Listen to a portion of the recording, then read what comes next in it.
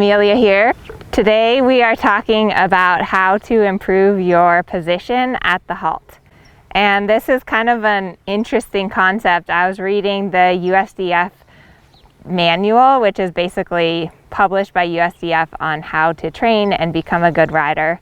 And one of the things they recommended was working on your position at the halt. We hear a lot about, taking lunge lessons and working on your seat that way, but it's hard sometimes, like when you don't have a lunge horse or you don't have an instructor to work on that. So don't forget to subscribe to my channel and sign up for my email list. The link is below. I hope Mercurio stands still. It's best if you have someone to hold your horse when you're doing this exercise.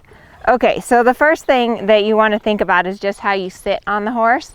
And when I'm sitting here in the saddle, I'm feeling two seat bones and my pubic bone. That's basically the triangle that you are sitting on. And just while you're sitting here, you can kind of play with something. So play with like tipping more forward and feel how that kind of puts your seat bones, plugs them out behind you. Also play with leaning back and kind of pushing your seat bones forward and overarching in your back and your pelvis. And then go back to just finding that, what we call neutral spine. Another thing that you can work on, that you can play with here, is tensing your butt muscles and your inner thigh muscles and feeling how that kind of pulls you out of the saddle. And then also just relaxing your butt muscles and letting your seat bones really plug into the saddle. Let me turn actually away from you guys. So another thing, kind of straight. Another thing that you can work on is weighting one seat bone. So like kind of leaning into, like here I have more weight on my right seat bone. It would be helpful if you would stand still.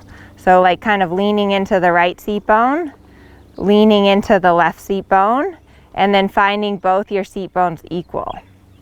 Another great exercise is to work on like kind of shifting yourself one way. So like shift yourself off to the left and then use your legs. So use your right inner thigh to kind of scoot yourself back and kind of stepping in the saddle to scoot yourself back to the middle. So this is a really good exercise because like when you're riding, invariably you're gonna get off to the side and you need to be able to readjust yourself without pulling on your horse's mouth.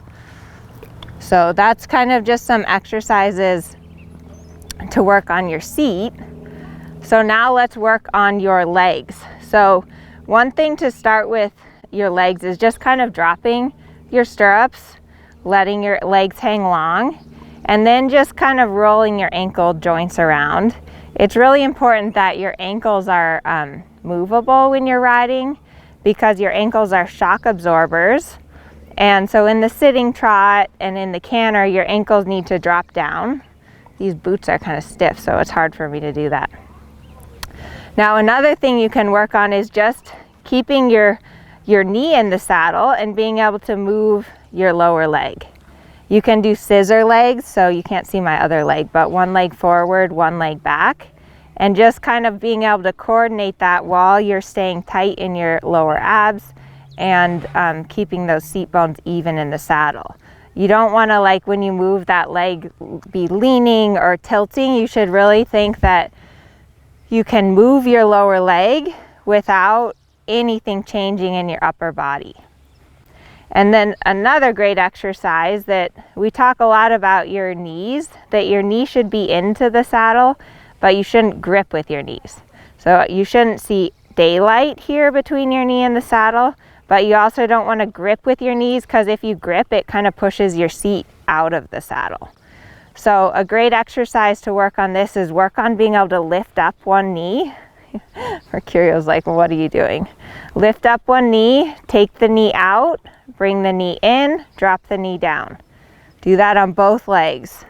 This is going to really test your seat bones, your leg strength, and your independence. Then when you drop your leg down, you want to think about rotating in from your hip and getting where your knee is properly in the saddle. So if you have a knee block, that your kneecap is kind of into that saddle. So that's your legs, how you can work on your legs at the halt. Now your hands. So one of the best things to work on with your hands is just kind of work on the independence of your hands. So again, please have someone hold your horse. Don't do this without someone holding your horse. But a great thing to work on is just kind of put on the front of the saddle and then work on standing up and lowering down and keeping your hands on the front of the saddle. Another great exercise to work on your independent hands is to just drop your reins, have someone hold your horse, and take both hands out to the side, and then work on being able to rotate this way, straight, and then rotate back the other way. So let me face the camera and show you guys that. So that's the move that you need to do in a turn. So this would be like straight. Now this would be if I'm turning to the right. So my hips are still pointing towards the camera. I'm not doing this. Okay, so my belly button's staying to the front and I'm just working on being able to do this. My seat bones are staying pretty even.